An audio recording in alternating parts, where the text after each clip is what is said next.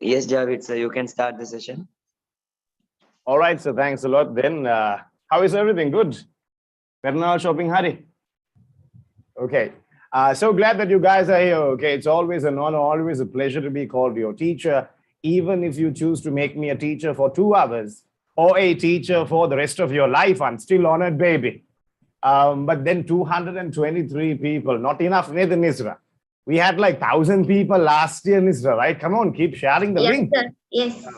Nisra, ask your grandma to join also. Okay, is she in the petrol poll? No, right? Ask your grandma to join. Everybody in the meeting, listen. If you have grandparents, cousins, aunties, people who are grade 1, grade 2 pupils, doesn't matter. Share the link with everybody and let everybody join, because I would like to see more people than this. I'm kidding. I'm so happy that you're here, okay? It's always such an energy booster to be in front of you in a seminar like this. I hear there are so many other seminars this on today, not this week. Today, there's another seminar also hosted by EDU-ZONE. I believe it is our IT friends seminar. So if you join that, also completely fine. But then today, if you're here, baby, okay, Habibi, Nangi, if you're here, and by the way, Nisra, Dan Pernal shopping, Hari. When is Pernal? On the 10th. Come to our house. We'll give you sapad. Come to our house. Okay. Coming back to the point, baby, you're here to learn literature, and literature is what I'm going to give you. If you're a student, hi, what's going on? If you've met me before this, hi, thanks for coming back again. But if you have not met me before this, and this is the first time that you're joining, put your hands up. If you have not seen this bugger before this, put your hands up. I want, all right, okay. What made you join? Okay, I'm glad you're here. Okay, hi, I'm Javed. If you are here for the first time, you're in for a roller coaster ride, baby. Again, what are we going to learn? We're going to learn English literature. Let me tell you a bit about Javed, sir. First of all, hi, Khalifa, what's going on, man? I love you, man. Khalifa, all right. I can see that. I can see chats also. Truth about Javed, sir. Other teachers, they are given cake. Now, Hilmi sir is here. Hilmi sir is given cake. Riyaz sir, the guy who's going to have the seminar after this, pupils give him cake. Pupils try to kill me. What happened? Nisra, pupils try to kill me in the class. That's why I teach online class. Ar gutikala, hangila, online classes karna Javed sir. Okay, fine. Kidding, I'm kidding. This is called sarcasm, baby. Obviously, you should expect sarcasm from a literature teacher. Isn't that right? So Habibi, Jilebi, we'll jump right in. We don't have enough time. Riyaz sir is crying in the other side. He's like, let Javed sir finish his seminar. Let Javed sir finish his seminar. I want to talk to children about motivation. So Riyaz sir will give you motivation and IT. I will give you literature. Okay, let's move forward. Let me start by sharing my screen, okay? I'm very happy you guys are here again. It's always such an energy booster. So even though there are not many pupils in the seminar, I love teaching for you guys. I love giving you a new perspective about literature, because everybody thinks literature is a, excuse my language, shit subject. Everybody thinks literature is boring, but not really. It's the easiest subject. Why do you need to learn literature? I don't want to give you too much motivation. That's not my style. But then why do you need literature? You need literature for two things. One, to make your O-level result sheet beautiful, right? O-level to passe, you're going to a better school, right? You'll go to Vishaka, Royal, right? You go to a better school in Kandy, in the south, in the north. You want a beautiful looking result sheet. O-level literature, if you get an A, nikam poddak lassanai wage, right? Do you understand? If you get an A for O-level literature, it looks a bit good. And Nisra, can you see my screen, Nangi? Is this presentation? Sir. Is this presentation beautiful? Yes, very nice. Like me? No. Okay, Hari. Then okay. Coming back to the point, I'm so glad that you guys are here, because we're going to learn the clown's wife. But remember, not only the clown's wife are we focusing on, we are focusing something on lit devices, okay? Literary devices is what we are focusing on. But now you guys might be wondering, sir, why should we learn literature? Is there a point? Yes, there is. I'm sure that you guys might know this by now. If you are new also, you might have felt this. If you are new to literature also, you might have felt this, that people who learn literature speak better English than people who don't learn literature. English literature, baby, okay? Once again, people who learn literature properly, if they learn if their English is 1,000, not 1,000 times, 100 times better than a person who don't learn literature, and that's the truth. Why do you need English? The reason is when you travel abroad, and I don't think anybody here would want to stay in Sri Lanka, right? Even Hilmi sir is getting ready to leave, right? Hilmi sir, where are you going? Saudi, Dubai. Even Hilmi sir is getting ready to leave next year. So everybody is not going to stay in Sri Lanka, but when you leave Sri Lanka and you go to America, you go to, you're hoping to go to Australia, boat to NMA. You want to go to Australia, not in the boat. You want to go to Australia as a proper qualified Sri Lankan. You want to go to England. You want to go to a country where they would give you the most recognition. You need English, baby. So how will you develop your English? By learning literature. No, when you go to a job interview, you don't have to recite any poems. Good evening. Today I am here to recite The Eagle by Alfred Lord Tennyson. No, you're not going to, okay? You go to a job interview, you're not going to recite The Eagle. But I promise you, why is my English so good? Why is Misra's English so good? We do literature. If a bugger's English is not good, he has not done literature. Let's move forward. So before we talk about The Clown's Wife by Johnson Agard, simple poem and really simple, nothing to worry about. And by the way, again, if you're a competitor, I know you competitors are here. Learn from the best, baby. Learn from the best. I only teach literature. I only teach literature. I do not teach other subjects. I do not do another job. I don't work as a executive manager. I don't have my other school teachings. I only teach literature privately. That's why I believe I'm the best. Who made me the best? Who made Javed sir the best? My students. My students made me the best. My pupils. My Shishyavo. So we'll move forward. We'll talk about something before we talk about The Clown's Wife, and those are sound devices. Sound devices. There are 4 sound devices in your syllabus. Again, remember, this is a seminar about literary devices, things that make a poem ugly or beautiful. Nisra? Literary devices. Like who? Like Javed sir, right? Like Javed sir. Things that make a poem beautiful are called literary devices. There are 4 sound devices. Actually, there are more than that, but then these are the main 4 sound devices, baby. I've said 5 here because I was drunk when I made this. It should be 4. I was drinking when I made this tutorial. We have alliteration, we have consonants, we have assonance, and we have onomatopoeia. One more time, my new people, tell me, come on. Alliteration, consonants, assonance, and onomatopoeia. These 4 are the sound devices in your syllabus. Now, you might be wondering, sir, what are these?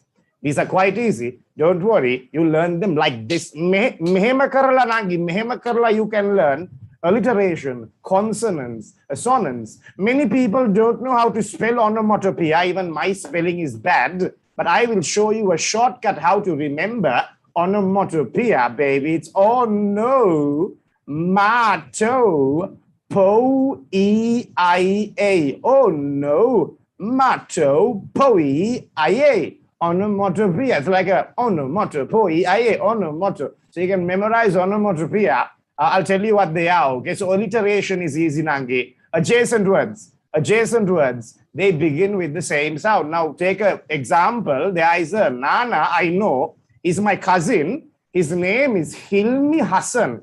Boru. His name is Hassan Hilmi. My Nana, I know him. He's 2 years older than me. His name is Hassan Hilmi. Look at his name. You see, they have taken the same letter and put the letter in front of both names. That's alliteration. Hassan Hilmi is an alliteration. All right. The IT guy. What's the IT guy's name? I love the IT guy. I forgot his name. It's Riaz Rushad, I believe. Okay. You go to his seminar after this. Riaz sir is better than Javed sir. It's like Riaz Rushad. Riaz sir, are you there in the meeting? No, bastard. Okay, Riaz Rushad. That's also a alliteration. Adjacent words beginning with the same sound. Look at my name, Javed Ossen. Javed Ossen.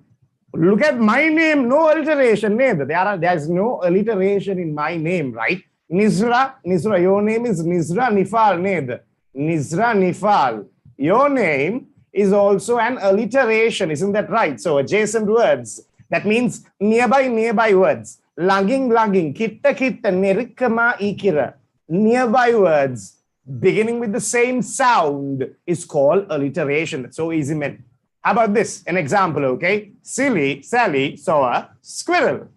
Alliteration, adjacent words beginning with the same sound. Lucky lady, lucky lady, rusted road, lonely lands. I see lonely lands. My people who learn literature properly, you know Lonely Lands was in The Eagle by whom? The Eagle by Alfred Lord Tennyson. The 2-stanza poem, a fragment, 3 lines per stanza, 888 B rhyming scheme. Isn't that easy, baby?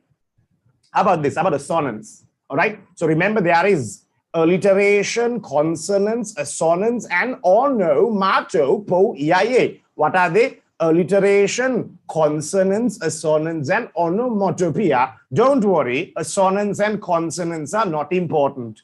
Alliteration is a little bit important. Assonance, consonants, you can find them everywhere. And assonance is when you find a vowel word inside a sentence, a vowel sound inside a sentence a lot. Have you learnt about assonance, Nizra, when you learnt about literature? Nangi? No? No, sir. You shall learn today, Nizra. You shall learn today. How about this? Now look at my mouth, okay? When I say the, right? I smile, right? The, like you can see my teeth. The word her, you can see my teeth when I say her. Mother, you can see my teeth again. Heard. Do you understand, Nizra? The same motion of my mouth is a sound, right? When my mouth moves the same, I create the same sound. Are these vowel sounds or are these non-vowel sounds, Nizra? What do you think? Is a Vowel. E is a vowel sound, exactly. When there's a repetition of a vowel sound again and again, inside words, inside, not in front, inside words, that is called assonance. Isn't that easy? For example, Sam, when I say Sam, you can see my tongue, right? You can see the white color in my tongue. Sam is a bad man. So do you understand? I'm exaggerating the sound, obviously. We don't say Sam is a bad man. We don't say it like that, but hope you understand. The same sound that we hear inside words, again, the movement of your mouth is very important, okay? The word her, mother, the sound is the assonance here. The sound, the sound, Sam is a bad man. A bee and an eel move in speed. So you see, you can see my teeth again, like I'm brushing my teeth when I brush my teeth in the morning. A bee and an eel move in speed. These are good examples for assonance, the assonance. So if assonance was adjacent words containing vowel sounds, then consonance is adjacent words containing non-vowel sounds. Gemak nanangi. Little Sally likes milk. There is an alliteration here also. Don't forget. What is alliteration? Alliteration, we learned about it a few minutes ago. Alliteration is adjacent words beginning with the same sound. Can be vowel, can be non-vowel. But consonants, if you find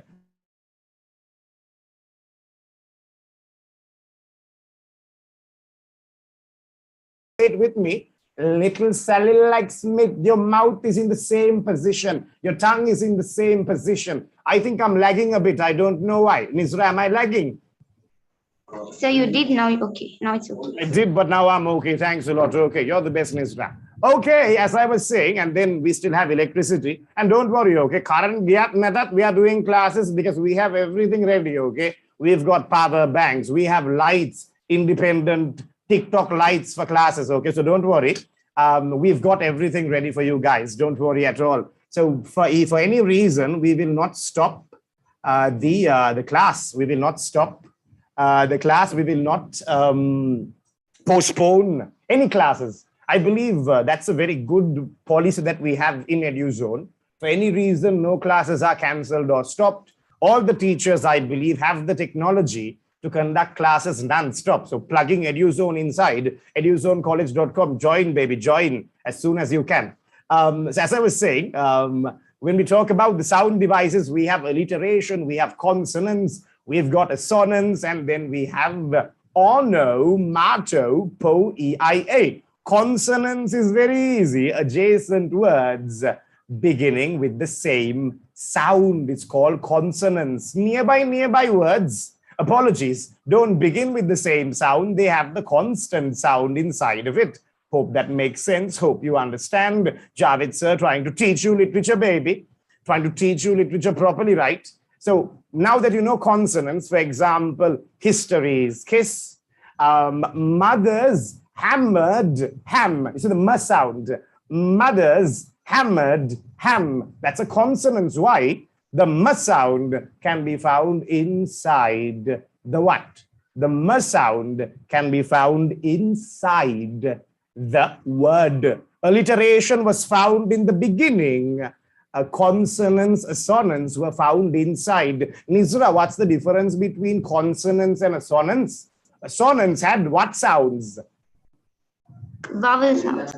And then consonants had non-vowel sounds. You're a genius, Nizra. You should do your O-levels again with me. Okay, I'm kidding.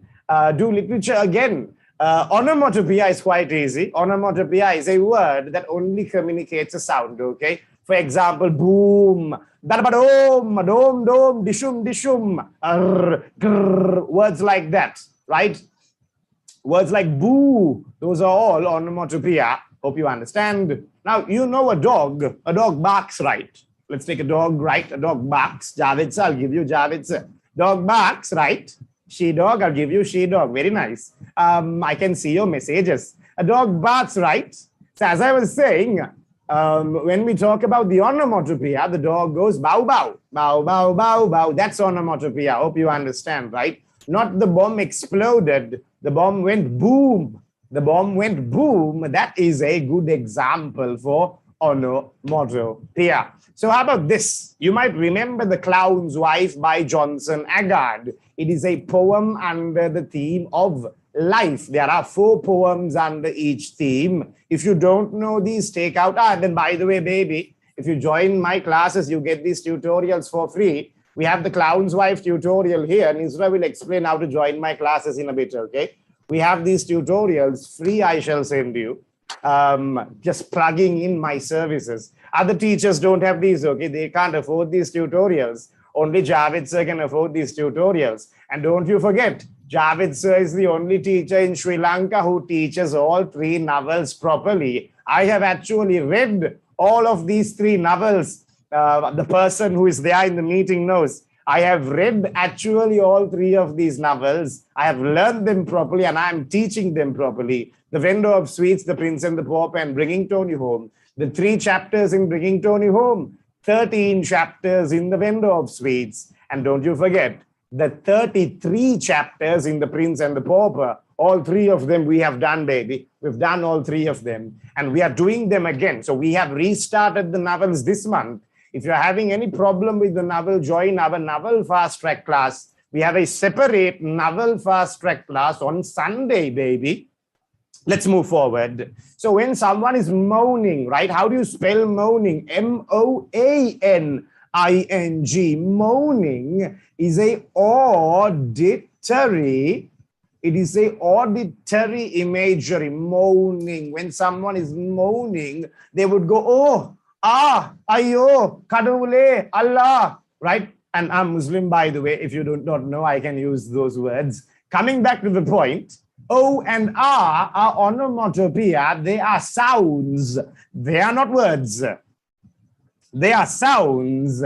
They are not words. So coming back to the point, this is a good example for onomatopoeia, for moaning. We can find in the poem, The Clown's Wife. We are doing The Clown's Wife in a bit, okay? Let's move forward. Many people, even though they understand similes, even though they understand visualization, hyperbole, they can't understand metaphors because your teachers have not taught you there are 3 types of metaphors, okay?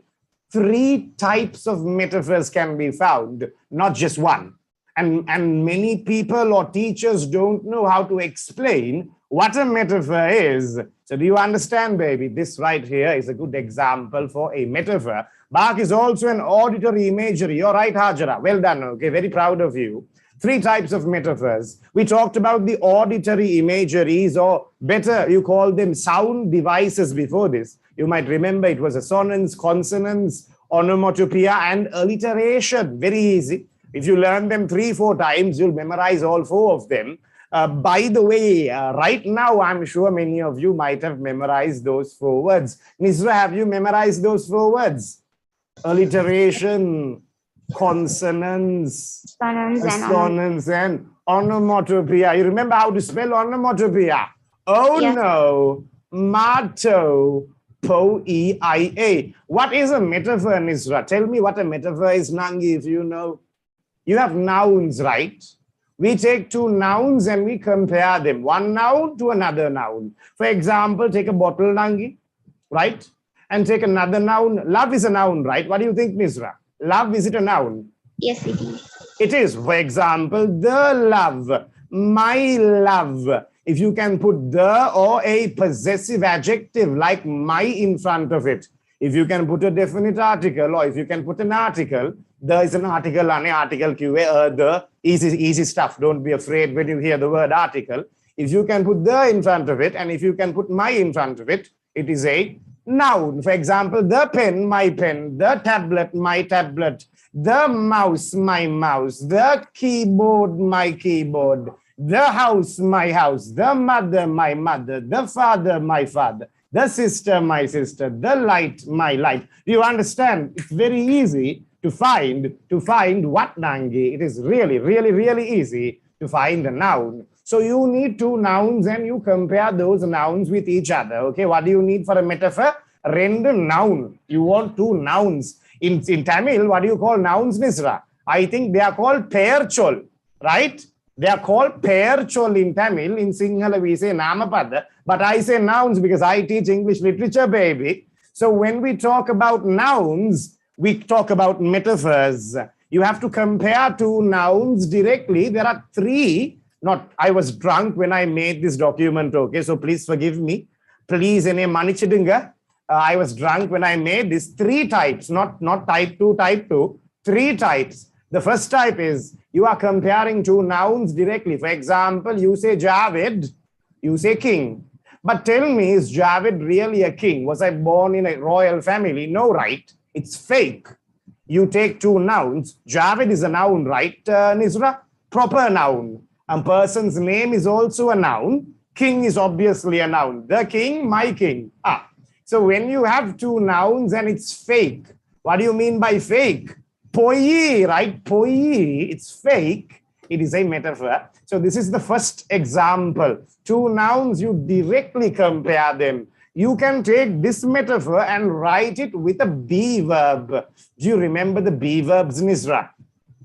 What do you think? You remember the be verbs? Am, is, are, was, were, will be. Easy be verbs, right?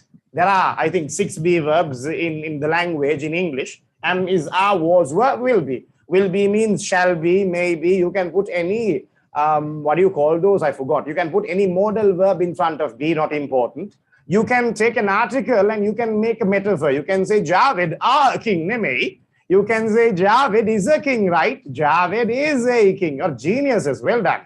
Javed is a king. That is also a good example for a whatever. It is also a good example for a metaphor. Nisra, this example and this example, even though the grammar is different, they are the same, right? You can say King Javed, right? King Javed. You can say Javed is a king. And then you can also say, what is the third example? Inventing an idea using the preposition using not the preposition actually, but using the word of. Here's a story. Let me give you another example, okay, for a metaphor using this idea. And I told you there are 3 examples for metaphors. You want 2 nouns. You directly compare those 2 nouns. They are fake, and you can use You can put both words together. You can connect both words using a be verb, or you can connect both words using of. All right, again, Nangi, we're talking about metaphors. For this, let me take out my whiteboard because I love using my whiteboard. It's all electronic, baby. I don't use markers. All right, we use the computer because we are from the future, baby. We don't waste time writing on whiteboards. We have a whiteboard on the computer. Okay, here's the story. I told you there are 3 types, okay? Type 1, type 2, type 3. These are whatever's. These are metaphors. Hope you understand this. Hope you know what I mean here. The first example is you take 2 nouns. Mountain is a noun. Wall is a noun. You directly write them next to each other. That means mountain equals wall. Wall equals mountain. That is a metaphor. Is there really something called a mountain wall? No, absolutely not. There is no such thing called a mountain wall. Can you make a wall using mountains? No, you can't. The second example is also easy. The walls are mountains. The walls are mountains. Do you understand? Are is a what verb? Are is a be verb. Apart from that, finally, you can use of. You can say walls of mountain, walls of mountains. These, all 3 examples are good examples for metaphors. If you use a be verb, you get the same result. If you use of, you get the same result. Verum, if you write both of these words next to each other also, you get the same result. Isn't that easy? Let's move forward, baby. So we talked about these metaphors. I'll give you examples, okay? Right now, it might feel a bit difficult. I can't understand. Don't you worry, Habibi. I promise they get easier and easier. Let's move forward. As I said, we are by default the best. By default, we are working very hard. I'm going to show you how you can learn metaphors. Here's a very good example. Take an object near you, right? You might have a bottle of water, right? A bottle of water is not a metaphor because a bottle of water is real.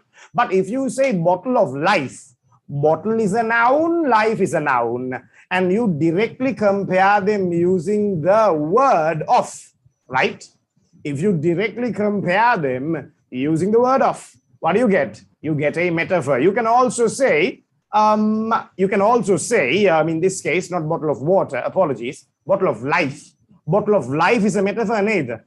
Because again, remember, bottle is a noun, life is a noun. Directly compare these with each other. They are real or fake. Is there something really called bottle of life? Uncle, give me a bottle of life, uncle. You can't go to the pharmacy and buy something like that. It's fake. Metaphors are fake neither. This is a good example for a metaphor. Nisra, are you there? I think Nisra left. She couldn't. No, sir, I am. You're there, my God. I thought you left, Machang. I thought I have to get you back in again. So, do you understand metaphors, Nisra? You Yes, do? You're a genius, Nisra. All right, okay. But how about this? Is bottle of water a metaphor? What do you think? Bottle of water, no, right? Bottle of water can't be a metaphor because it's real. Well done. Bottle of water is real, so it can't be a metaphor. But then take this metaphor, Nisra, and write it with a be verb. Life is a bottle. Life is a bottle. What is the be verb in this sentence? Is, right? This is a metaphor. Life is a bottle is also the same metaphor, not a different one. Same metaphor. Apart from that, you can also say life bottle. You can also say life bottle or bottle life. This is also a good example for a metaphor. Time is money. Sometimes your parents might remind you again and again. Using a be verb, they have created a metaphor, right? Time is a noun. Money is a noun. But is time really money? No, it's fake. It's imaginary. This is a metaphor. There are 3 types of metaphors. One, you can write both words close by, close by. Langing liyanna puluwang, you can connect both of them using a be verb. You can connect both of them using of. All 3 of these metaphors have the same effect. How about this? Pen of truth. If I want Nisra, I can write the same metaphor as what pen? Truth. pen, right? If I want it, I can also write the pen is true or the pen is truth. If I want, I can write this using a be verb, the pen is truth. So again, I hope you understand metaphors are direct comparisons of nouns. Theruna ned everybody. If you don't understand, don't worry, because this is so easy. The next time you join my class, you're going to understand this. I promise you, okay? Give me a second. I have this. Right. Okay. What about this? Mouth of death. Many people understand. If you did the previous syllabus as a teacher, or you learned the previous syllabus, the charge of the light brigade. I learned that when I was your age, 10 years ago. The charge of the light brigade by Alfred Lord Tennyson. Ane dang syllabus seke nanangi. That is also a good example. Mouth of death is found in charge of the light brigade. Okay, so mouth of death. Is the mouth really made of death? Can death have a mouth? No, it's fake. That is a metaphor. If it's fake, it is a metaphor. Azure world is a metaphor found in the eagle. World is a noun. Azure is what color? Blue color, right? The bright sky blue color is called azure. And apart from that, don't you forget, sky is also a noun. So azure world is a metaphor for the bright blue sky. You can find this image in what poem? What is the poem, Nisra? In Alfred Lord Tennyson's The Eagle, right? It's a fragment. It's a small poem. 2 stanzas, 3 lines each. Triple A, triple B, rhyming scheme. Isn't that easy? Mountain walls is also a metaphor, right? Mountain is a noun. Wall is a noun. And directly compare these nouns and know that this is fake. There is no such thing called a mountain wall. That is why it is a metaphor. Moon mountain is also a good metaphor. The mountain is so high up, right? The mountain is what? So high up. The mountain touches what? The moon. What's that? The mountain is so high up. The mountain touches the moon. Right? Right? Okay, in the literature syllabus. You know what I mean, right? Okay, let's move forward. How about this? And also remember, the top of the mountain is what color, Nisra? The more taller and taller the mountain gets, the top of the mountain is milky what color? Milky white, right? Have you seen like in Himalayas, the more taller the mountain is, it's like milky white. Yes, exactly. Thank you so much. We'll move forward. How about this, Nisra? Is this a metaphor? Prison walls. Is that a metaphor? What do you think, Nisra? I don't think so, right? It's real, right? It's real, exactly. If it's real, it can't be a metaphor. Nisra understood. I hope the others also understand. This is real, Nangi. So this is not a metaphor because prison is a noun. Walls is a noun, but it is not a metaphor because it is fake. Let's jump forward. How about this? Clown of a wife. Don't forget, not wife of a clown, okay? Wife of a clown means she married a clown, but clown of a wife means the clown is a wife. The wife is compared to a clown. The wife is a clown. Now, for example, when someone calls you a clown, maybe in school, right? When your fluent English teachers scold you, they reprimand you, they would be like, hey, what are you doing? Huh? Don't shout like this. This is not your house. All right, don't shout like this. Is this a classroom or supermarket? Don't behave like clowns.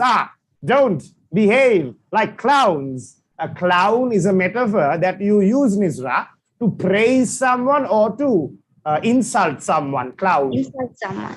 Insult, exactly. What kind of a metaphor will you use to praise someone, Nisra?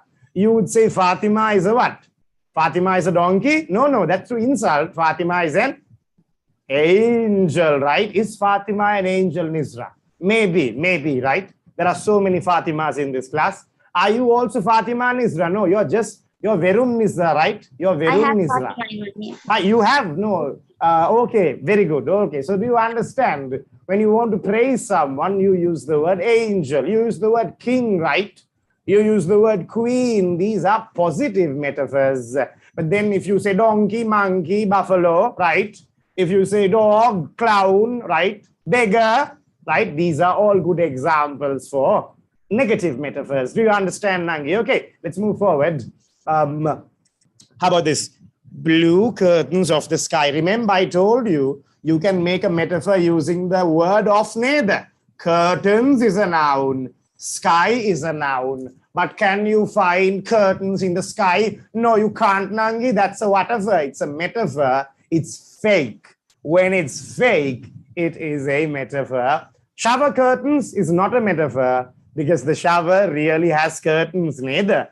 Javed is a king. It's fake because I am not a king. It is a metaphor because Javed is a noun, king is a noun, but I am not a king. Exactly. That's why it is a metaphor. Hope you understand. But if you say King Pandukabaya was a king, he really was a king. So that is not a metaphor. I'm sure everybody here should have learned about metaphors. We're going to talk about a very important part many people don't understand to teach irony. There are 3 types of irony. Memorize these 3 types of ironies right now. This is very important. Baba Puta, listen here now, Baba Puta. This is very important, okay? It's really important, baby. So important. I'll tell you why. Because irony is found all over your syllabus. What can you find all over your syllabus? Irony, you can find all over your syllabus. Not Airavadi, irony. There are 3 types of irony, baby. One is situational, dramatic, and verbal irony. Verbal irony is also called orgasm. Sarcasm, neither. Not science, okay? You learn about orgasm in science. You learn about sarcasm in literature. Thug life, baby. Na. Okay. Coming back to the point. Situational, dramatic, and verbal irony are the 3 types of irony we see, okay? Memorize them right now. Some teachers, I don't know, might not know these. I'm sure there are some teachers who don't know these. Or even though they know the 3 types of ironies, they don't know how to explain these 3 types of ironies. I'm going to show you, baby. Situational irony, what you expect, the opposite thing is true. There's a mad scientist, right? A scientist must be logical. A scientist must have logic, right? But then when someone loses their logic, they become mad. A mad scientist is ironic, ane? So ironic. A sad clown.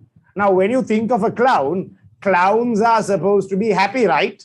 Clowns are supposed to be like Javed sir. I'll give you like Javed sir. Maybe, who knows? Clowns are supposed to be so happy, but then the clown is sad, ane? That's situational irony, isn't that right? How about this, Misra? DJ Azrat. You know, DJ Azrat, imagine like before he begins the disco, right? He's like, in the name of Allah, the most gracious and the most merciful. Okay, bitches, let's get down. Ooh. And he starts DJing, right? DJ Azrat is a good example for situational irony. Now we have Ramadan, right? This 10th, right? We have Ramadan this 10th. And imagine someone kurbans a pig. Someone kurbaning a pig. You know what, my non-Muslim people, kurbaning means killing in a halal way. What is halal? Halal means you're not making Allah angry. That's called halal, okay? If you're kurbaning a pig, situational irony, you can't because pig is haram. If you kurban a pig, that is situational irony. Hope you understand that. So again, another example. I didn't say this. Hilmi sir was the person who asked me to put this in the presentation, okay? Hijab for Allah, denim for Abdullah. Situational irony. Half, the top part is Muslim, bottom part is Kaka. No, hope you understand, okay? It's an example only. You guys can wear whatever you want. So hope you understand situational irony. How about this? Cow eating beef situation. Can a cow eat beef? Will a cow eat beef? Absolutely not. It is an example for situational irony. Now you might see a word, not irony, hypocrisy. Hypocrite, a hypocrite, right? Hypocrisy, hypocrisy. What do you mean by this? Someone saying something, right? A person claiming one thing but doing the opposite. But doing the opposite is called hypocrisy. You guys might be learning this Nangi, vendor of sweets, raise your hands up, put your hands up. If you learn the vendor of sweets, put your hands up. Okay, The vendor of sweets. The protagonist's name is Jagan. He's a near 60-year-old widower vendor of sweets who is a traditionalist and who is a minimalist. He is a follower of Gandhi. The protagonist in the vendor of sweets, what does he do? He sells sweets. But does Jagan eat sweets? No. Jagan doesn't eat sweets, but he sells sweets. He's a harami. No. Hypocrite. What's that? Hypocrite. How do you spell hypocrite? Hypocrite. Nisra, is Javed sir hypocrite? No, sir. No. Exactly. Very, very good. If not, I will fire you. I'm kidding. But is Rajinikanth a hypocrite? Are you a fan of Rajinikanth, Nisra? You like Rajini? No, I don't. Rajinikanth also looks like this, but then he has a little bit hair. I'm kidding, okay? I'm a fan of Rajinikanth, okay? So Rajinikanth in his movies, he says, na solvadella sevadella solven. He's not a hypocrite because kiyana de karanawa ned. But tell me our government, okay? I don't know if I can talk about this. Maybe someone would come and kill me tomorrow. I'm kidding. Our government, are they solvadellam seven seradellam solven? No, neda. Hypocrisy, neda. Hypocrisy, hypocrites. Remember, hypocrisy also falls under what irony, Nisra? Hypocrisy also falls under situational irony. One person saying one thing, but doing the opposite. You also might have heard of a Hassan Nana, okay? I have a cousin called Hassan Nana. He gives iftar every year, okay? But Hassan Nana doesn't fast. That's autocracy. My Nana called Hassan Hilmi, he gives iftar every year. But Hassan Nana doesn't fast. It is an example for situational irony. Isn't that funny? Hypocrisy, situational irony. Hypocrisy falls under situational irony. You can use the word hypocrisy in what lessons? You can use it in the novel, The Vendor of Sweets. Don't worry. If you have not, if you have not selected your novels, you can join all 3 of my novel classes through the VIP slot and you can find the novel that you like. I recommend you do the novel they do in school because your term test will be structured around that novel. But in the exam, the O-level exam, you can do whatever novel that you want. 3 novels in our syllabus, The Vendor of Sweets, Prince and the Pope, and Bringing Tony Home. There are 20 poems in our syllabus under 5 themes. There are 4 prose in our syllabus, The Lumber Room, and then The Lahore Attack. These fall under, what else? We've got Wave by Sonali Dharaniyagala. We have The Nightingale and the Rose, 4 short stories. 2 dramas. Nisra, do you remember the 2 dramas? The Bear by Anton Chekhov and Twilight of a Dog. Crane. No. Exactly. Twilight of a Crane. Well done, Nisra. Genius you are. So I teach all of these, by the way. Very simple. I've taught them 1,000 times. Because again, remember, I don't teach other subjects. There are some teachers, literature is like their second wife. They teach commerce and literature, English language and literature. They teach maths and literature, but I only teach literature, baby. Literature is my only wife. Some teachers, they teach 3-4 subjects and they don't know what they teach in literature. But I know literature so well because I do it every day. Right now, I'm teaching you literature. After the class is over, I will be making these tutorials, literature. Tomorrow, I'll be teaching literature. The day after tomorrow, I will be teaching literature. Nisra, if you can drop our teaching calendar, if you have the link, drop our teaching calendar in the chat so everybody can see what we are doing in the class, if you have it with you. Okay, as I was saying, we talked about hypocrisy. One person saying one thing, doing something else. You might remember The Bear by Anton Chekhov. Nangi, I made The Bear so easy. What did I do? The Bear is a what? Enema? The Bear is a drama. I made the drama The Bear so easy. What did I do? I took all the important parts. Let me show you, because I can talk a lot. I can say I did this and did that. Isn't that right, Nisra? We have to show them, right? Here's a story. Let me go under poems, okay? Take a poem like, I don't know. Take a poem like A Bird Came Down the Walk. I have a presentation, a colorful, sexy, a beautiful presentation for A Bird Came Down the Walk like this. So I work hours and hours making these presentations. Emily Watkinson wrote A Bird Came Down the Walk. Dickinson, baby. Da-na-na. You see what I did there? Da-na-na-na-na. Right? You see what I did there? Dickinson, baby. So I'm lucky my name is Javed Ossen. If my name is Javed Dickinson, every day at night I'll say, Dada, Vanan, Dada, Walikita, no, no, Dada, please. Please, Dada, no. But my name is Javed Ossen, not Javed Dickinson. Okay? Right? Here's a story. We don't want this. So I was talking about the bear. Okay, so all of these. For example, to the Nile, we have a presentation. For free, I can give these to you. If you contact, not this is the wrong presentation. Write this, okay? For free, I can share all of these presentations with you. You can learn the entire syllabus using these presentations only. I spend hours and hours working on these. I can confirm that. To the Evening Star, why not? Yes, to the Evening Star also we have a presentation like this. Rebooted presentation, Nangi. Again, reboot karla thiyen, it's brand new. This buggers, William Blake's to the Evening Star, obviously. So we have a perfect presentation for this also. I'll talk about the bear, okay? Now the bear is a very difficult drama, okay? It's short, kotai, but darunui. What's that? The bear is kotai, but darunui, okay? It's dangerous. Short, but dangerous. What do you call a short drama in English literature, Nangin, Isra? You call it a farce. Have you heard of it? Farce in one act. A short drama is called a farce. Nonetheless, I'll show you. So there are 6,000 words in the drama The Bear, okay?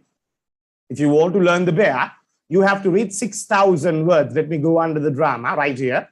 You got to read 6,000 words if you want to learn The Bear. Why do I know this? I type the entire drama word by word. If someone says no, I can prove it. I type the entire drama word by word. Sometimes I type in the class itself. In front of the pupils, I type the dramas. But now we have done typing. 6,000 words are found in the Bear drama. But I simplified the Bear. I made a digested ebook. So I broke the Bear into pieces. When imagine there's a cake, right? And you want to eat the cake. You can't swallow the entire thing, right? You have to cut the cake into pieces. That's exactly what I've done here. So I've broken the bear into pieces. There is Luca's wife, Popova's promise, Nikolai Mihalovich's infidelity, Popova's hypocrisy. So this has only 3,000 words. You can get all of these documents if you drop me a message through WhatsApp. In the end, or me or Nizra Madam, Nizra Miss, if you can drop a message to both of us. I know who you drop a message to. I can imagine that. But I can share these documents with you for free. Okay. In the end, we'll show you. For some reason, you want the number and a screenshot tag. This is Nizra's number. Yeah, the one on top is my number. Screenshot tag. Drop us a message whenever you can, as soon as possible. We will share all the tutorials with you regarding for free, okay? All the e-tutorials with you for free. If you like, if you want to learn more, you can join our classes. But the entire syllabus are in these tutorials. Even if you are teachers, I'll share these tutorials with you. Completely fine. If there are teachers also who I have shared these tutorials with. Let's move forward, baby.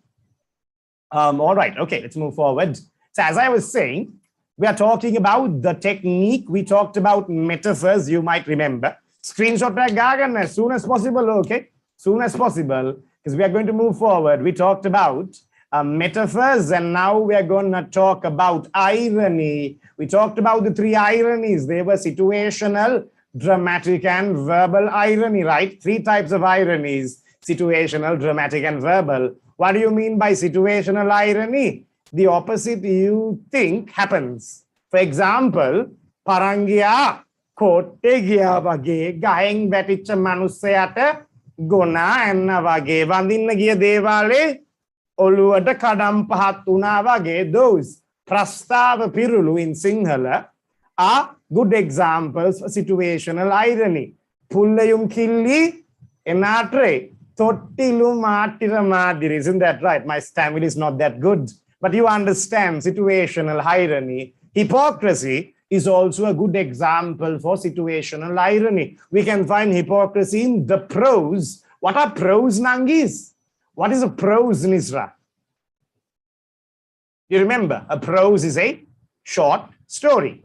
How many short stories do we have in our syllabus? We have 4 short stories in our syllabus. We have the Nightingale and the Rose, the Nightingale and, excuse me, Data, and the Rose had to cut through her, capital Rose. And then we have hypocrisy in the what room? The lumber room, right?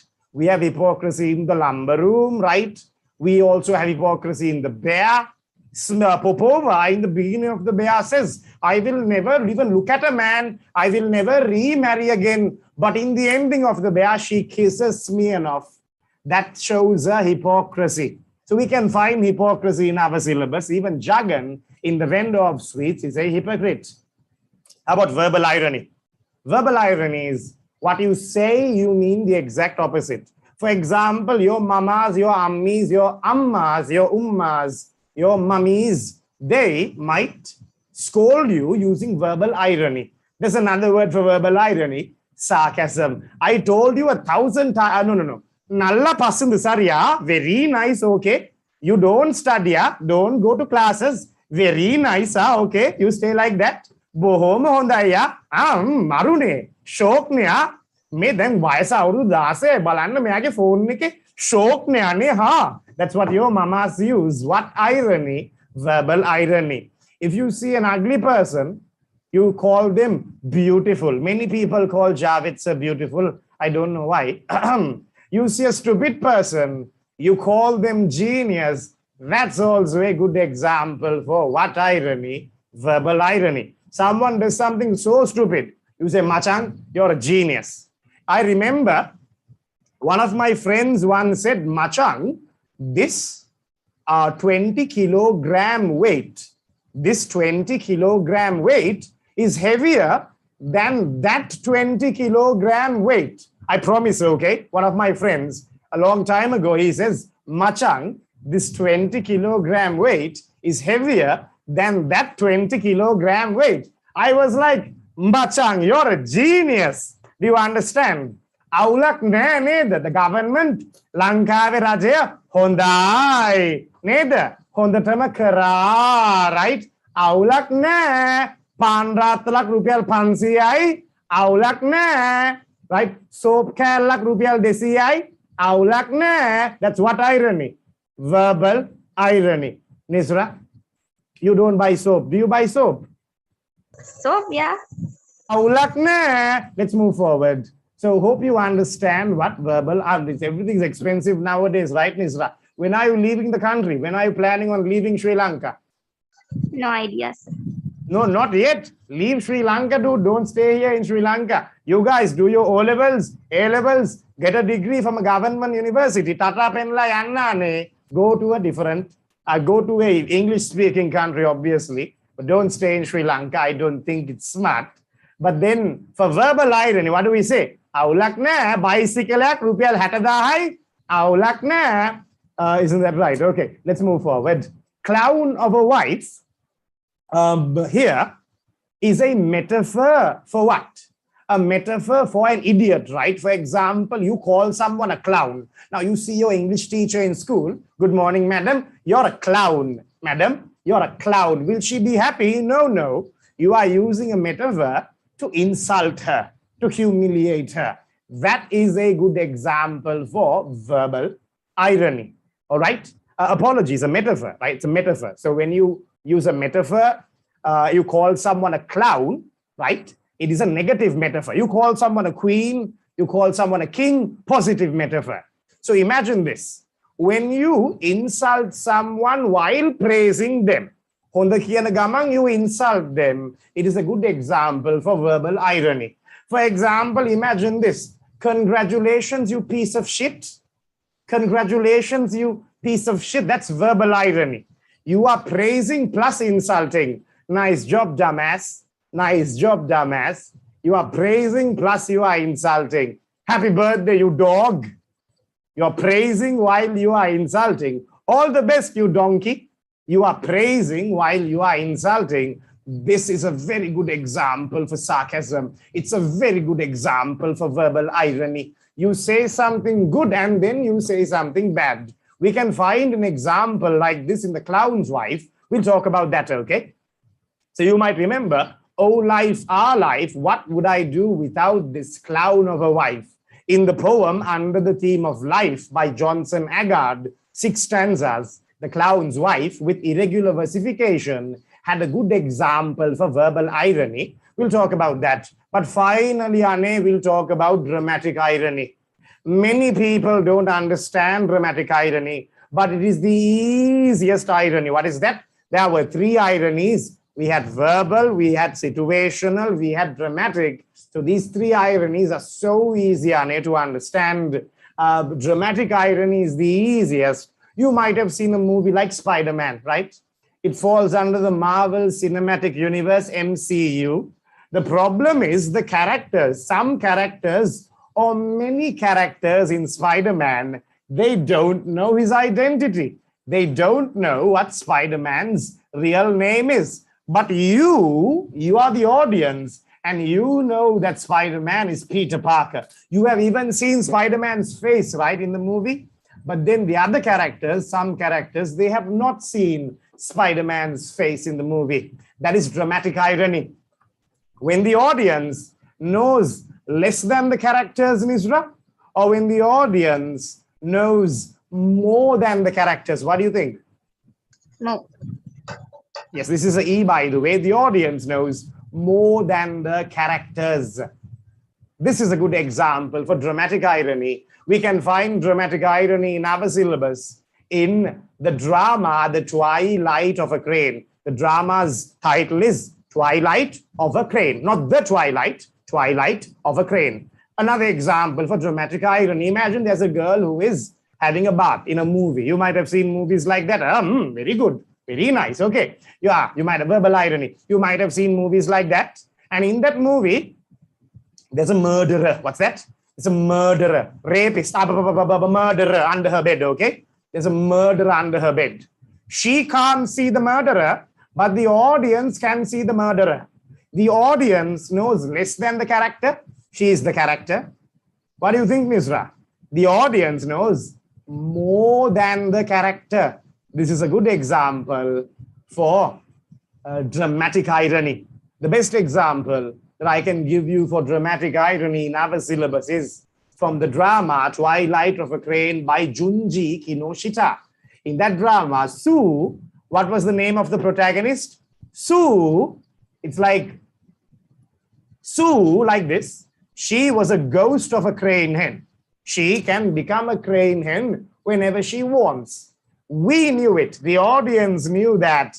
But then remember, what? The audience know this, but then the characters don't know that. That's a good example for dramatic irony. So hope you remember there are 3 types of irony: situational, dramatic, and verbal. Quite easy. Situational irony, what do you think? The opposite thing happens. DJ Azrat, situational irony. Kurbaning a pig, situational irony. You go to the hospital, the doctor is sick. You go to the police station has been robbed. You go to your house, a policeman is robbing your money. A policeman is robbing your house. Situational irony, not really.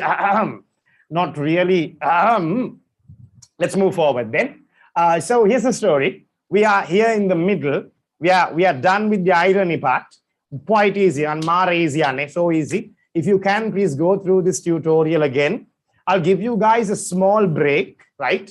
So if you can during the break, try to message this number if you want to know more about our classes. If you want to get the free tutorials, not printed tutorials, we'll give you free PDFs, all the PDFs. Even this tutorial, we can give you as a free PDF. You can learn literature whenever you like. If you like, you can join our classes, but the tutorials are always free, the PDF tutorials. So during the break, if you can, please drop us a message. Nisra, I'll see you exactly in 10 minutes. Okay, Nangi? You're going to pray, Nisra? Yes, sir. You are. I'm also going to pray, okay? I'm also going to pray, okay? I'll see you in 10 minutes, okay? Goodbye.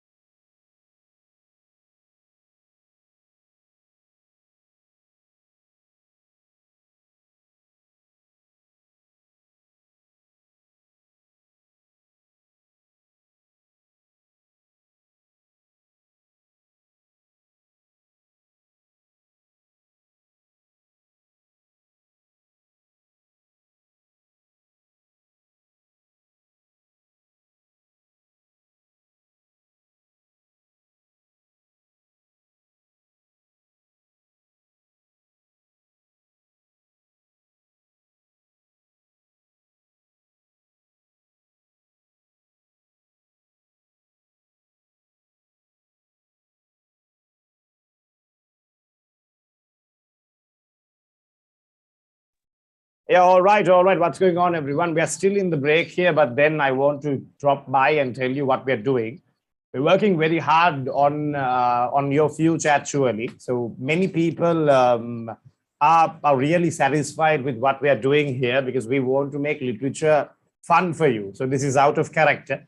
Usually when I'm in the class, I play a character, you might know it. But then right now I'm actually out of character. I don't want to make this funny. I don't want to make this humorous. I want to be very direct with you. You need to improve your language, obviously. You want to improve your English, I know.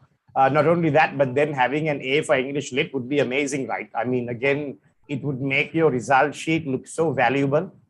We are the only class in Sri Lanka that teaches properly literature. So I only teach literature. If you want to join my classes, for some reason, you can drop in at EDU-ZONE okay? It's EDU-ZONE. That's where I teach at the moment, EDU-ZONE You can register as a student, quite easy, small, simple stuff.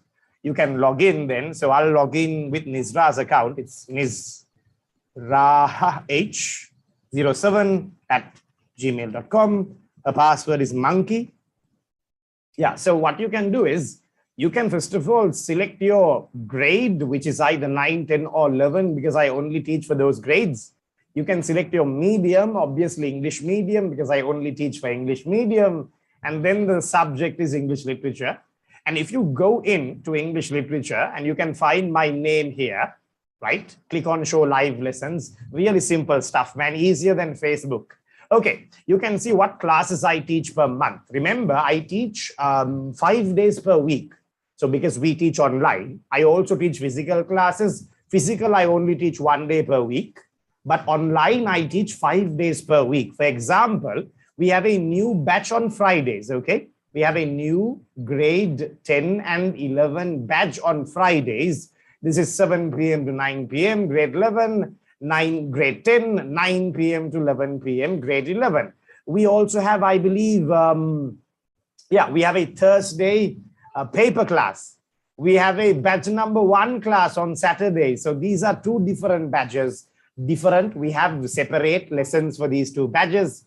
Apart from that, Nangi, we have 3 novel fast track classes.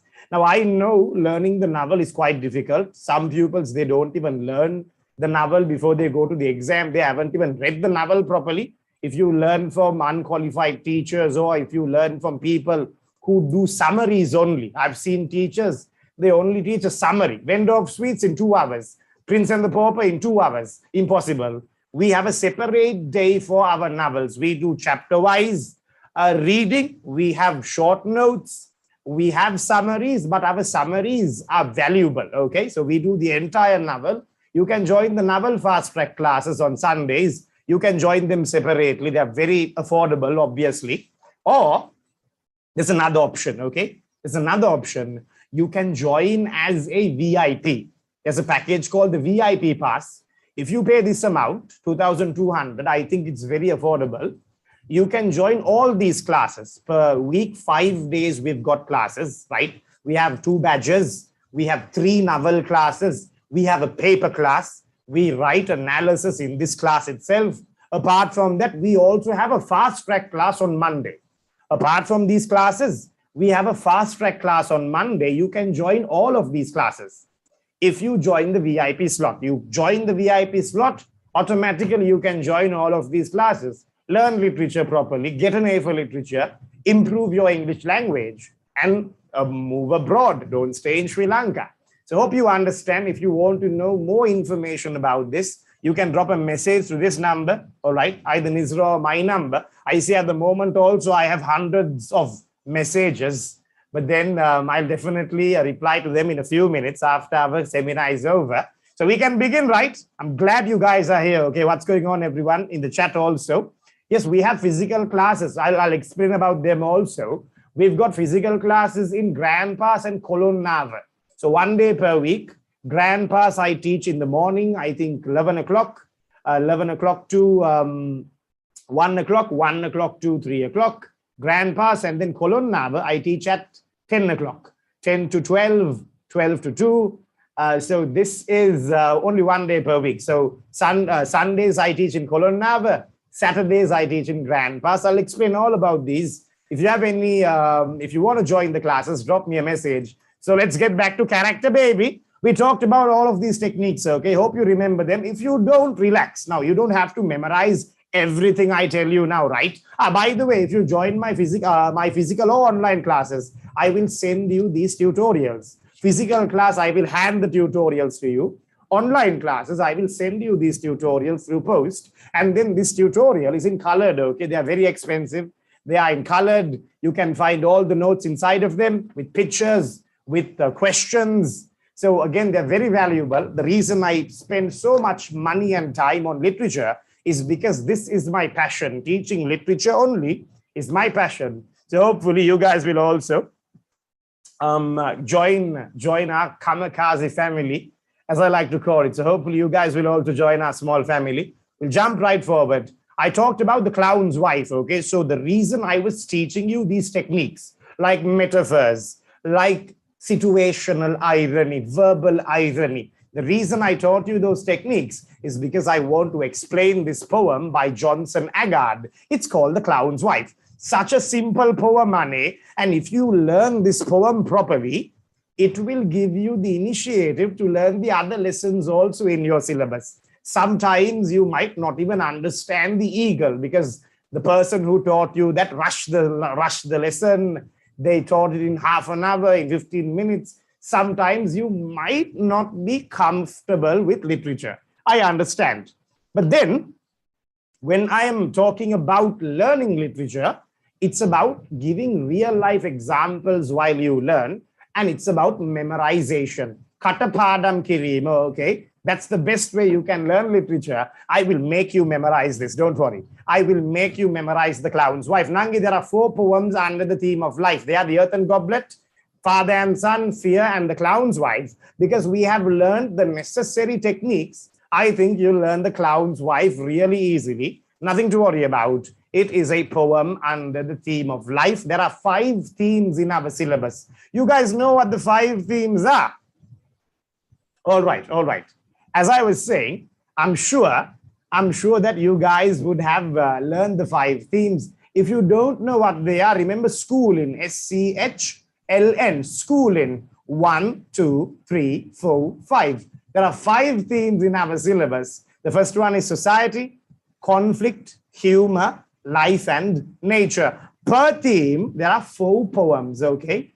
Per theme, society, conflict, humor, life, and nature. Per one theme, you can find 4 poems. You multiply that by 5, you have 20 poems in our syllabus. So these 20 poems are not compulsory. You don't have to learn all 20 of them. We will be learning all 20 poems in our class. But if you learn 4 poems under one theme, that's good enough. So I'll show you how you should learn The Clown's Wife by Johnson Agard. The first thing, remember this, Nangi, dysfunctional relationship. What do you mean by dysfunctional? Allah, odenji, broken, not working properly. Odenji po kadila gia, dysfunctional relationship. Look at the spelling. It's spelled with a Y, right? Dysfunctional. So remember, a dysfunctional relationship can be found in The Clown's Wife. The reason that we have dysfunctional relationships are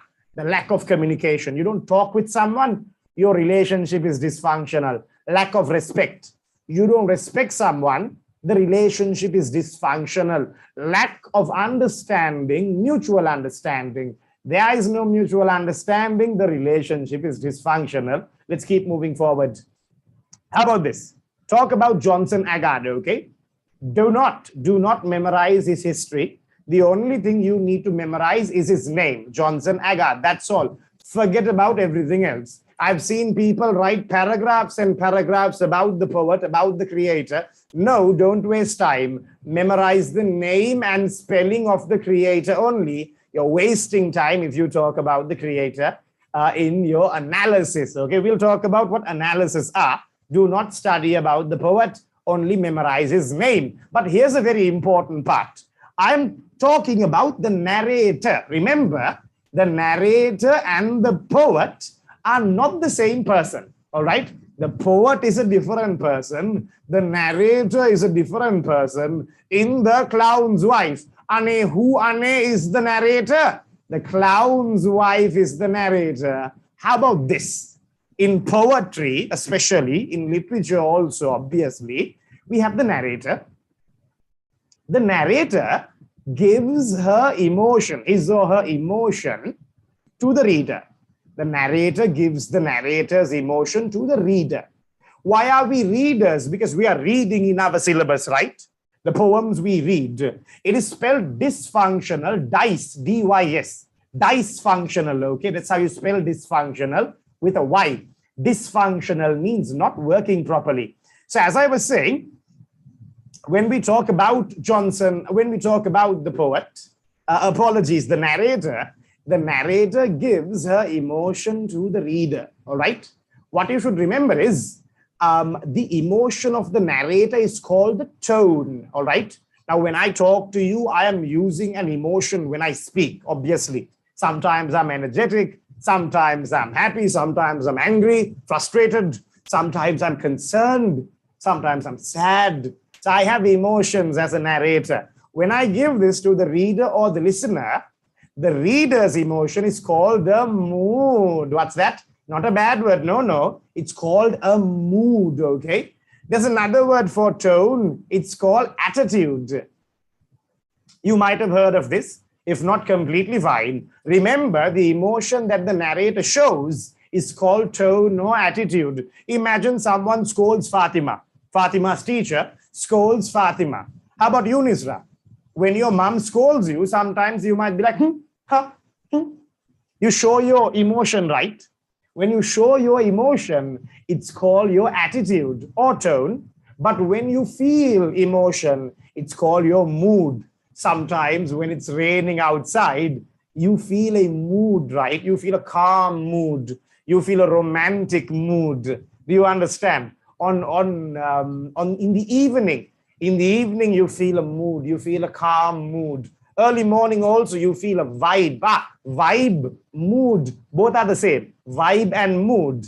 But in our syllabus, we don't say morning vibes. We say morning mood, okay? Vibes, we don't use in our syllabus. We use the word mood. The narrator is the person who is speaking. Her emotion is called the tone or attitude. The emotion, when it is given or felt by the reader, it is called the mood. The narrator has a tone, reader has a mood. Narrator has a tone, reader has a mood. Memorize this, it's so important. Many pupils, the reason you think literature is difficult is because you don't understand the fundamentals of literature. Right here, who is the narrator in The Clown's Wife, Nangi? It is the clown's wife. We talked about the techniques regarding the clown's wife. Learning it will be so easy. Here's a past paper. Here is a past paper question. There's another technique I want to talk about. The difference between the personal and professional lives of many people. So when we are talking about a difference, Nangi, there's another technique. It's called juxtaposition. What's that? Another technique called juxtaposition. Take a tall man, keep the tall man next to a short bugger, juxtaposition. Take a slim woman, keep her next to a fat bugger, that is also a juxtaposition. Do you understand? Rich and poor is a juxtaposition that we found in what poem? Under the theme of society, 4 quotes, 4 quatrains, 4 4-line stanzas. What was that? The poem that we juxtaposed. Rich and poor, genius you are, well done. Varda, Azka, Hajara, Auzan, Shaza, exactly. It's called juxtaposition, found in Richard Cory, baby. Well done. We found juxtaposition in Richard Cory. Richard Cory represented the rich. The people on the pavement represented the poor.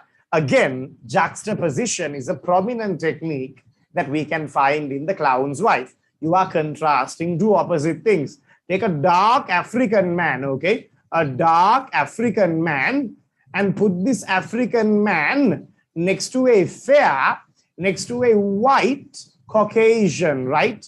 put this African man next to a Caucasian, it is a good example for juxtaposition. Do you understand? African, Caucasian, they are white and black. That's an example for juxtaposition. Let's see the juxtaposition that we can find inside this past paper question. Johnson Agard clearly illustrates the difference between the entertainer and the human. Entertainer and the human, look at the difference. Ah, boom. That is called juxtaposition. Nangi. Let's move forward. Let's move forward. Memorize these notes. Why should you memorize these notes? They are taken from the guide. What guide are they? Teacher's guide. My notes are not taken from the internet. I don't invent my notes. These are notes 100% taken from the what? Teacher's guide. Now, I told you about the tone, right? Tone is the emotion of the narrator. It is a concerned tone. Who is the clown's wife concerned of? She's concerned about next door Minya or her husband.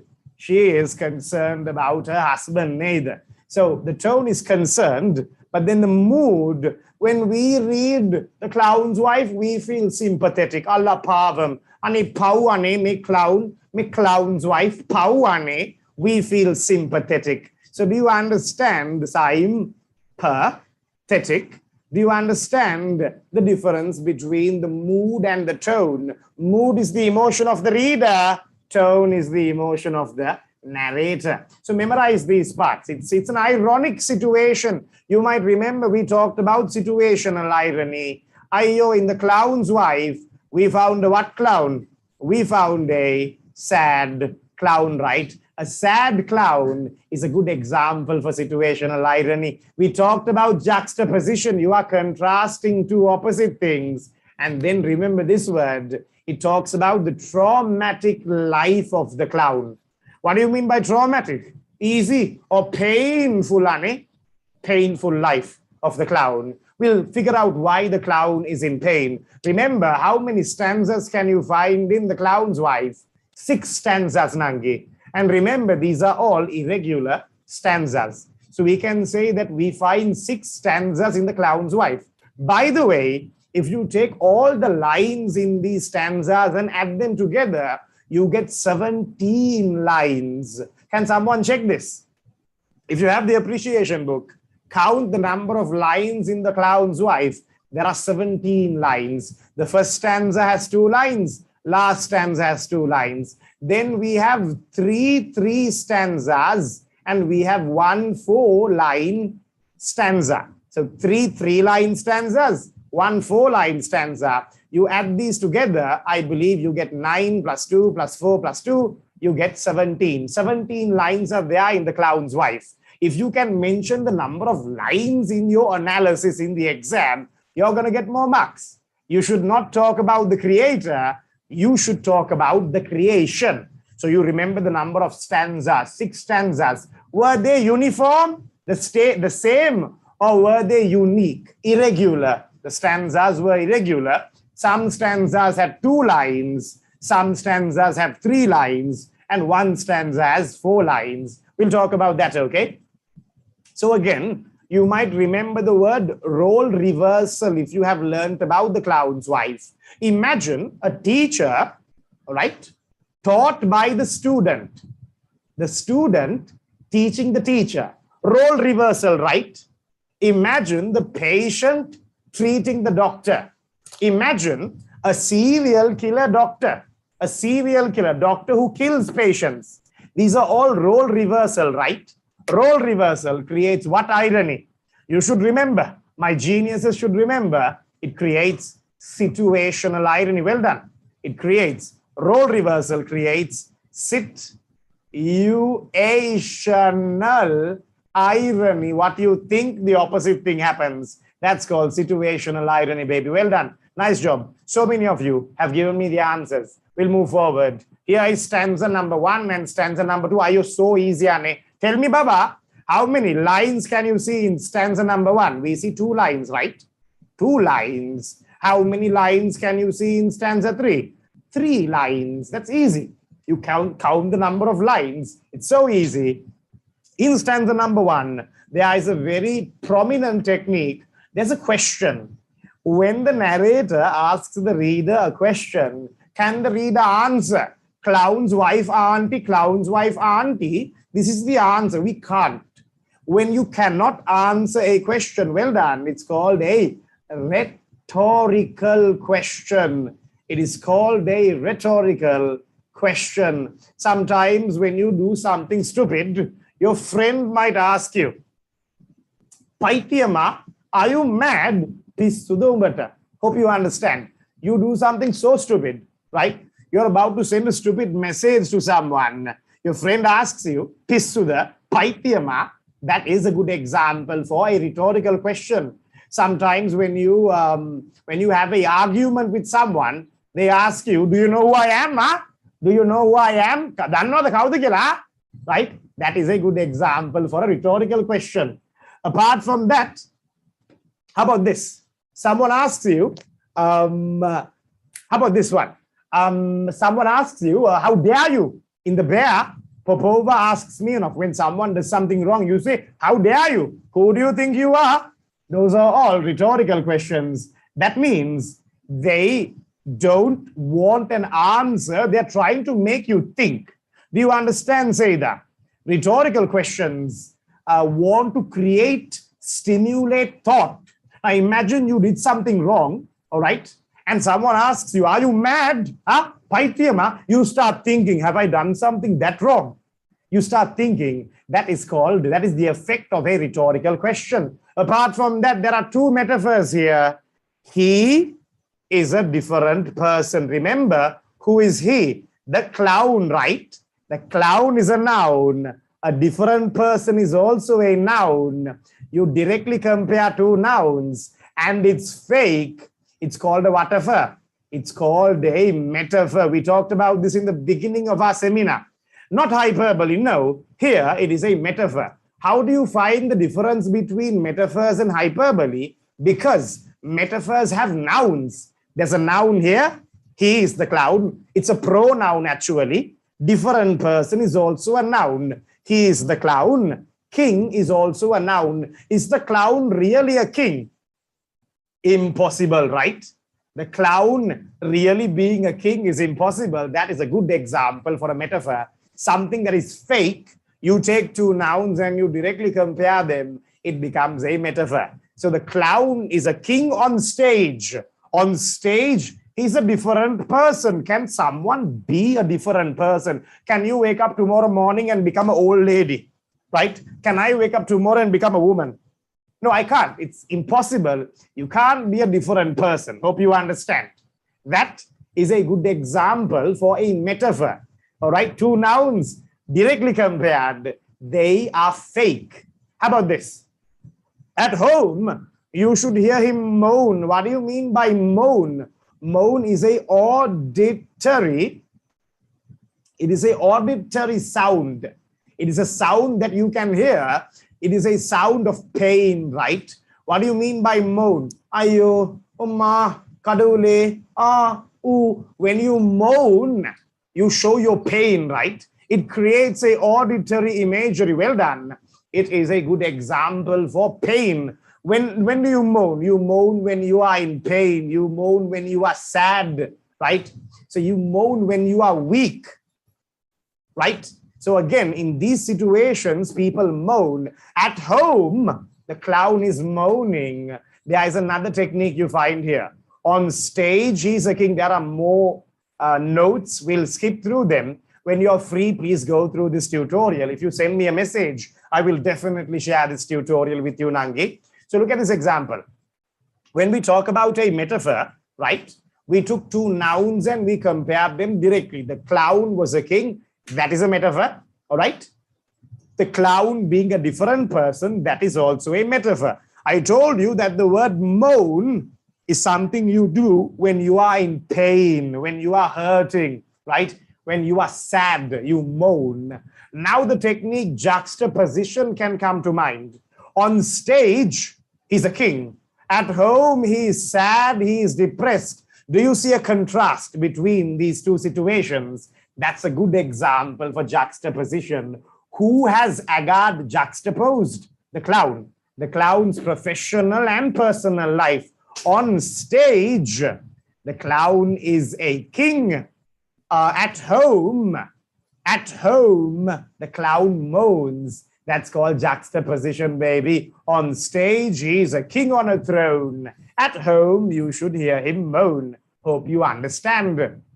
Apart from that, we talked about situational irony. A sad clown is ironic, which brings us to stanza number 3. Quite easy, okay? Really easy. How many stanzas are there in the poem? 6 stanzas. Are they uniform or unique? There are 6 unique stanzas. How many lines can you find in the entire poem? Altogether, 17 lines can be found in the poem. Well done. Many of you have already memorized the clown's wife's organization. The main technique when you can't find the rhyming scheme is called irregular versification. Versification. It's quite easy. That means there are no rhyming schemes. There is the number of lines per stanza is different. Stanzas don't look the same. How about this? There's a technique you see here, right? Repetition. He is repetition. We are repeating the same word twice. Repetition. The moment he walks through that door, without that red nose and them funny clothes. By the way, them funny clothes, Baba, that feels wrong, right? Them funny clothes. It is actually done on purpose. This is a good example for colloquial language. Remember the second line, okay?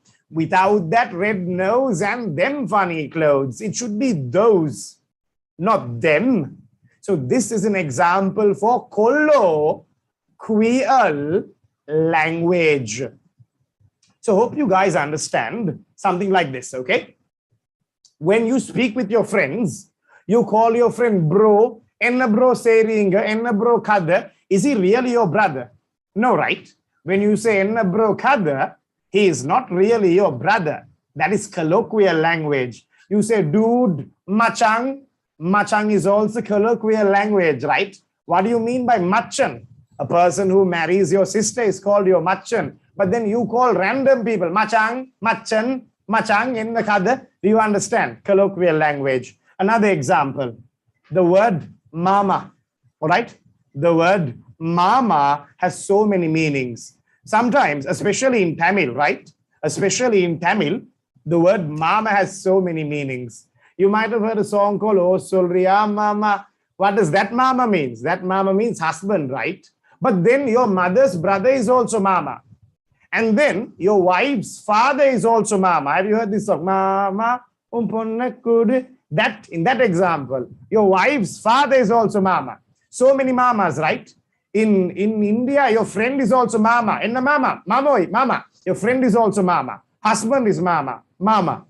An area in some places in India, an area also has a mama. Okay, in some areas in India, there's a mama for that area. So hope you understand.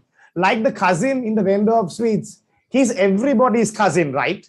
He's a man about town. Like that, this mama is everybody's mama. He's a man about town, like the cousin in the vendor of sweets. Hope you understand. So this is colloquial language. It is informal but regional. Informal plus regional, regional. That's colloquial language. Colloquial language is the opposite of archaic language. You might remember archaic language in, let's say, To the Evening Star, to the Nile, thou fair-haired angel of the evening, right? 'Tis ignorance that makes a barren waste of all beyond itself. You can find archaic language also in the novel, What and the Pauper, Prince and the Pauper Baby. So colloquial language is the opposite of archaic language. So what have we learned thus far? We talked about the clown returning home without the red nose and them funny clothes. He seems to have the world on his shoulders. This is a very important technique called what? Hyperbole. Can you really carry the world on your shoulders? No, it is a hyperbolic statement. We'll talk about this, okay? Now, what can you understand when you look at the costume of the clown? The costume of the clown is an important part of his identity. You might remember reading this line, the red nose and them funny clothes. Without that red nose and them funny clothes, talks about the costume of the clown. We can come to an agreement that the clown's costume is an important part of his identity. Yes, you can, by the way, you can get all of these tutorials if you drop a message to the number I'll share in a bit, okay? Drop a message, get all the tutorials regarding your syllabus, not only for literary techniques that we did before, not only for The Clown's Wife, but all 20 poems, all 4 prose, both dramas, all 3 novels. You can get the tutorials for free, PDF tutorials. I told you hyperbole was used in the 3rd stanza. What was the example for the hyperbole? Exactly. The world on his shoulders. Baba, can you, Baba, carry the world on your shoulders? Absolutely not. It's a hyperbolic statement. That means the clown has so many mental problems. He's got so much responsibilities. He's got so much to think about. And yes, what's going on? Amaina, all right. Hi, okay. How about this example, okay? Amaina, Amayan, all right. How about this example? You're so hungry, you want to eat a horse. But will you really eat a horse? Can you really eat a horse? Absolutely not. It is a hyperbolic statement. When you exaggerate, when you take something small and make it big, it's called hyperbole. Boys like taking something small and making it big. So here is an example. I'm so hungry, I can eat a horse. Another example for hyperbole. Sometimes your mama might say, I told you 1,000 times. Man tota siya parak kiwa neda. Na ayram daraka sennen tane, right? Nisra, does your mom use hyperbole when she scolds you? Are you there, Nisra? She does. I am here, sir. You are here. Does your mom use hyperbole Yes, when she she does. scolds Yes. you? She does. Give me an example, Nisra. Exactly what you told. Oh, exactly what I told you. You're a genius. How about this? When your friend says, I'm so hungry, I can eat a horse, you say, I'm so hungry, I can eat an elephant. Hyperbole. You are not going to eat horses. You're not going to eat elephants. You are visualizing your hunger. Hyperbole also was found in The Clown's Wife. What was the example for hyperbole? He has the what on his shoulders? He seems to have the world on his shoulders. Apart from this, we can go to, we talked about colloquial language, right? Example words like machang. Bro, do you use the word machang with your friends, Nisra? Yeah, use the word machang, bang, adi, with your friends. Sir. That's an example for colloquial language. Well done. Hope you understand. How about this? The word uncle we use a lot in our language, right? In Sinhala especially. Three-wheel uncle, gas uncle, pan uncle, van uncle. What any other uncles? A reload uncle, reload kada uncle, muskada uncle, koli uncle, so ice cream uncle, so many bus uncle, exactly. Next door uncle, well done. Uncle is also a good example for colloquial language. Are they really your uncles? No, absolutely not. You can't have thousands and thousands of uncles. If you go to America and you say next door uncle, people are going to think you are related to the man next door. Hope you understand. We don't use the word uncle in America. And Fatima, for your answer, yes, I do, Fatima. Thank you so much for your question because you've been asking for a long time. Let's move forward then. Gas uncle, exactly. Stanza number 4. Okay, there were 6 stanzas, baby. Irregular stanzas, 17 lines. We are doing stanza number 4. Baba, now can you see a technique here where the adjacent lines begin with the same word? I. This is a repetition, but this kind of repetition is called anaphora. Well done. Many of you know it is called anaphora. This repetition is called anaphora. What is anaphora? When you repeat the same word in adjacent lines, it is called anaphora. There is repetition here, but then this is What kind of repetition? Anaphoric repetition or anaphora. So what does the clown's wife do? Now she's the narrator. She's concerned about her husband, creates a sympathetic mood, 6-stanza poem, irregular versification was found. So what happens here? She does so many things to cheer the clown up. I do my best to cheer him up. Poor soul.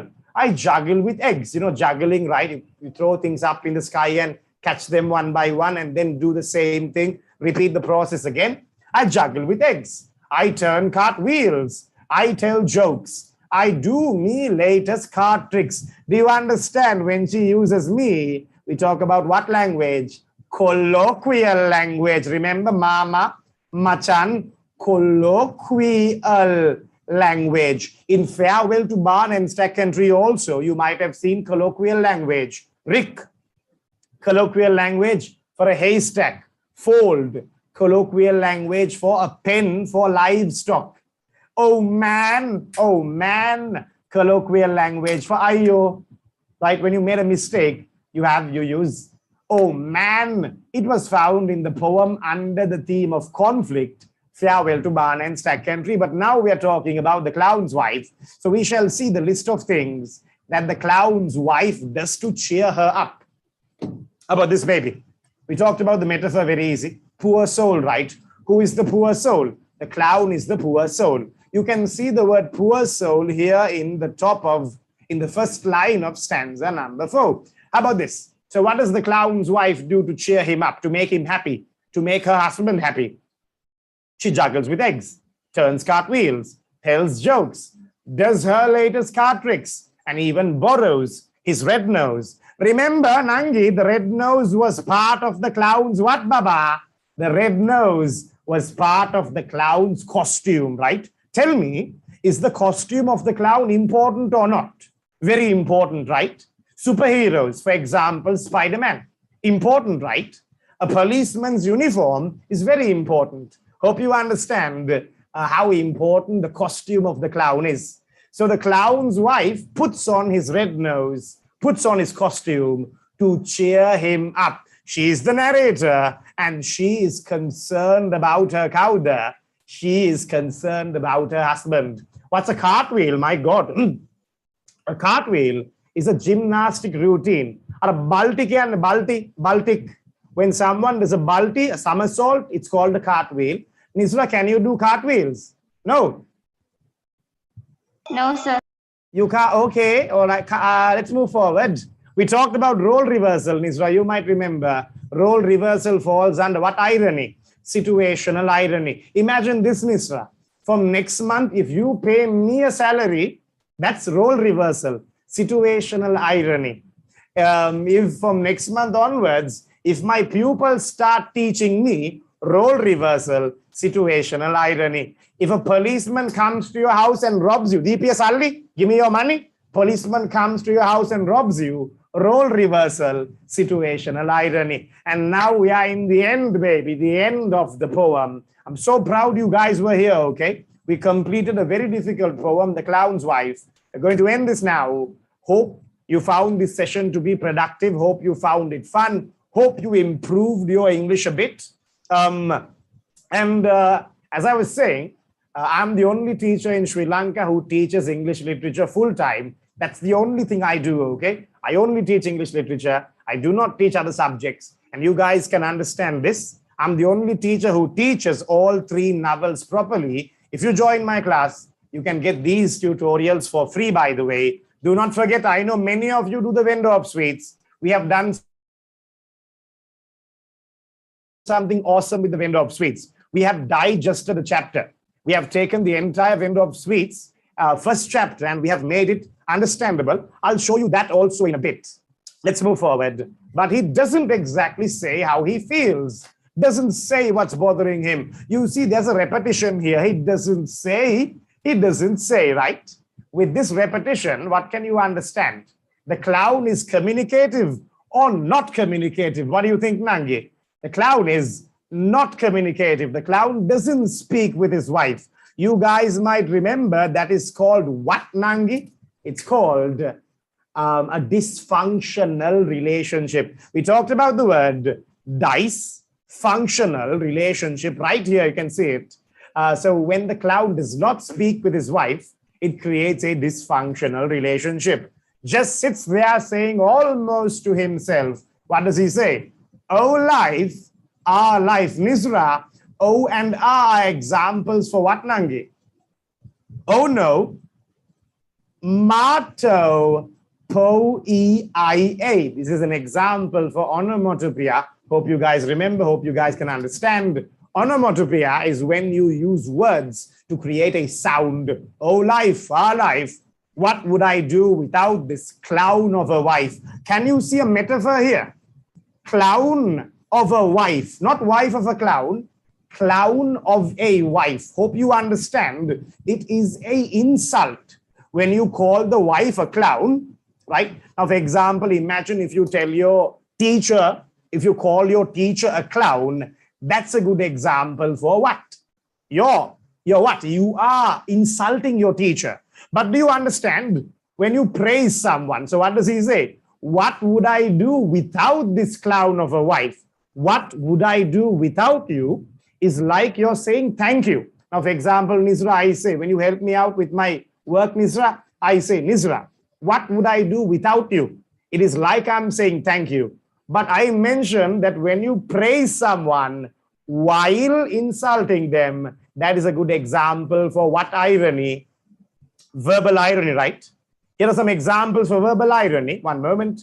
So we completed the clown's wife. We went through it quite quickly, but I'm sure many of you understood the most important things of the poem under the theme of life, the clown's wife, Nangi. You might remember, I told you that when you take an insult and put it next to a compliment, it becomes sarcasm, not orgasm, sarcasm. It's called verbal irony. So how about this? Congratulations, you piece of shit. Nice job, dumbass. Happy birthday, you dog. All the best, you donkey, are good examples for verbal irony. What would I do without this clown of a wife is a good example for verbal irony. The husband of the wife, the husband or the clown is insulting his wife while praising her. I'm so proud of you guys. If you can drop a message to this number right here, give me a moment. If you can drop a message to one of these two numbers, we have Nisra Madam's number and we have my number right here. We will share all the tutorials that we have with you and we'll also direct you how to join our classes. Take a screenshot, Satapata Gala, screenshot Gagan, send us messages. We would love to hear what you guys think. If your parents want to send us a message, completely fine. They want to praise us, scold us, use verbal irony and praise us while scolding us, completely fine. Hurry, one moment before you guys leave. I want to remind you that I'm the only teacher in Sri Lanka who teaches all three novels properly. We read word by word. Raise your hands up if you're doing the vendor of sweets. Let me show you. Now we restarted the novel, The Vendor of Sweets. Teachers teach the vendor of sweets by using PDFs. I don't use PDFs, baby. I directly use Word documents. So if you look at the first chapter, I have the first chapter typed in a Word document. Let me show you right here. So how many words can you find in the first chapter of The Vendor of Sweets? My God, 11,000 words, okay? 11, apologies, no, not 11,000, thank God. 2,400 words in the first chapter. So that's a lot, it's a lot, okay? So you can see all the hard words are given right next to their meanings. It's a typed document. Better, without reading the entire novel, if you can read my digested document right here, I have a digested document, okay? I have the important parts of The Vendor of Sweets. So this is like 1,000 words, I believe. Yeah, 1,900 words are there inside of this. But if you are learning The Vendor of Sweets like this, it makes life a lot more easier. For example, the protagonist, Jagan, is a mere 60-year-old widower vendor of sweets. Jagan is a man and a god. Jagan is religious. How can you prove that? Jagan noticed nothing. His gaze unflinchingly fixed on the Sanskrit lines in a red-bound copy of the Bhagavad Gita. Jagan is a traditionalist. Why is he a traditionalist? He thinks that looking at one's reflection in the mirror is an intolerable European habit. This is a digested document. We have restarted the novel this month. We are doing it from the beginning. If you have any problems regarding the vendor of sweets, please join. We are doing analysis in the class. We are reading the entire chapter, and then we are digesting all of the notes. The bear also the same. The novels the same. Not only the vendor of sweets, Prince and the Pauper, and Bringing Tony Home also we learn like this. So I'm very proud that you guys gave me the opportunity to be your teacher. Even for 2 hours, it's a big thing. It's a huge thing for me. I always say this, but you guys are the people who made me the best. You guys are the reason why I work so hard and why I want to give you the best quality service regarding literature. There's another seminar, I think, right in 4 minutes. There's another seminar. Nisra, what do you think about my seminar? Good. Shape. Aulak ne? Yes. Good. And all ready for Eid, for the Perenal. Everything is ready. We have it in like, I think, 5 days, right? So I'm again so glad everyone here joined. Dab with Javed, sir, baby. I'm so glad that you guys were a part of this experience. Send me a message through WhatsApp. I want to see what you